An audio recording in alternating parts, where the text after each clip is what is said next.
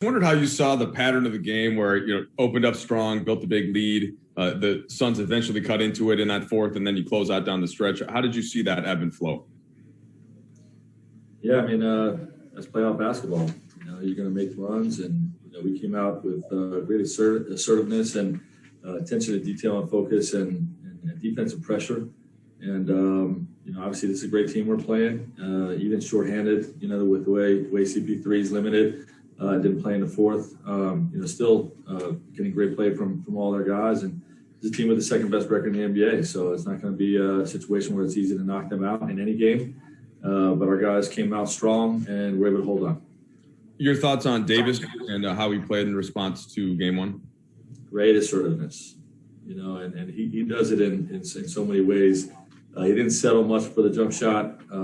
He really ran the floor, rolled hard, drove the ball hard, had the intent to attack the paint with and without the basketball, with his seals and driving the basketball, and was able to pick up a lot of fouls, get himself to the free throw line, and that always helps a great player get going. So, great bounce back game for him.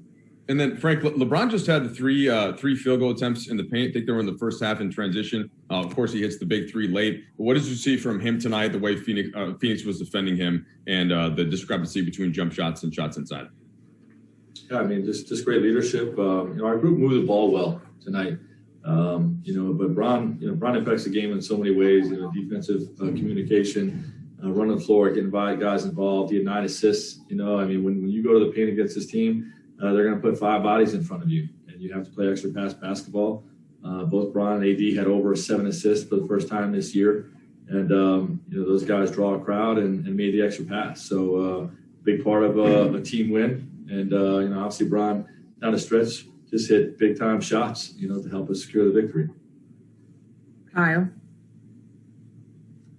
Yeah, Frank, I do kind of want to delve a little bit more into those big time shots. It seemed like LeBron really had a sense for the moment at the end of the third quarter, obviously at the end of the fourth quarter. What do you kind of take from that in out of that performance? And, do you feel like, I know you were saying earlier, like you were kind of expecting moments where he wouldn't be so good on his ankle, but is this sort of the reverse of that? Is this sort of the inverse of that he can still do these things?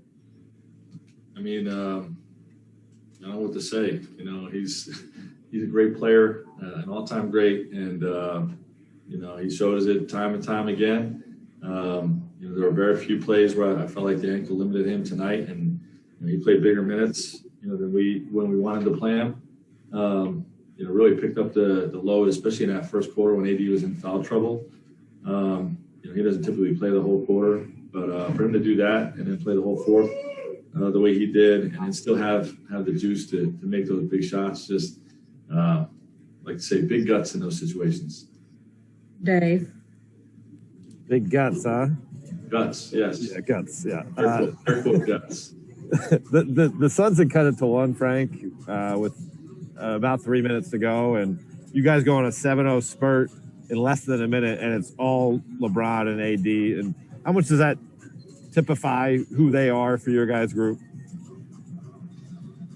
I mean, two of the top 5 players in the NBA, and we have a formula where those guys, really carry a big scoring load, especially at crunch time, and an army of defenders and finishers around them. Whether it's finishing at the 3-point line or at the rim, and it's been a good formula so far. And those guys continue to show why they're great players, by stepping up down the stretch. Dan. Frank, the journey to this point, obviously, to play these games on this stage was a really long one with like a bunch of, I think you said roller coaster at times. Was there ever a hope, though, kind of with the knowledge that Cohesion wouldn't be what you wanted it to be, that maybe the moment could draw it out of your guys? That once they just got here when it mattered most, that they would go to a different level? Well, I think we saw some of that tonight, and certainly we hope for that.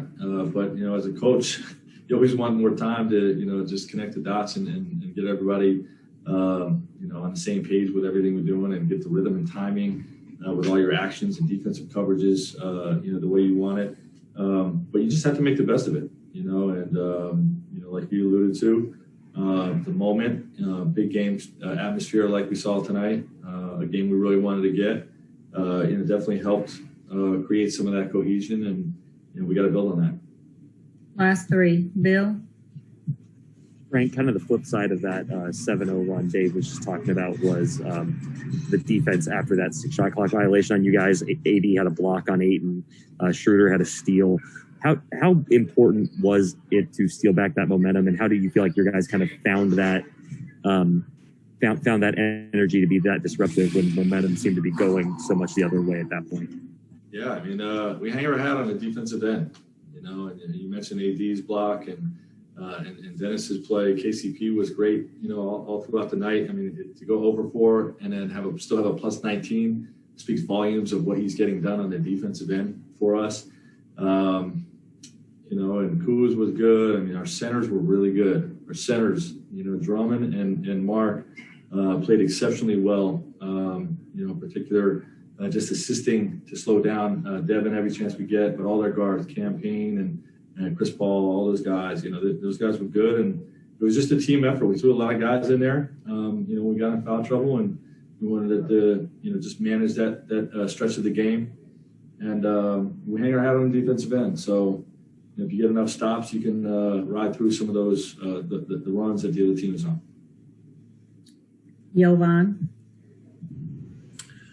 Hey, Frank, to follow up on the play of the centers, I'm just curious, Andre had 15 and 12. I thought that this was arguably his most impactful game considering the stakes. And then the decision to go with Mark and him playing 20 minutes, I guess, what did you think of each of those two?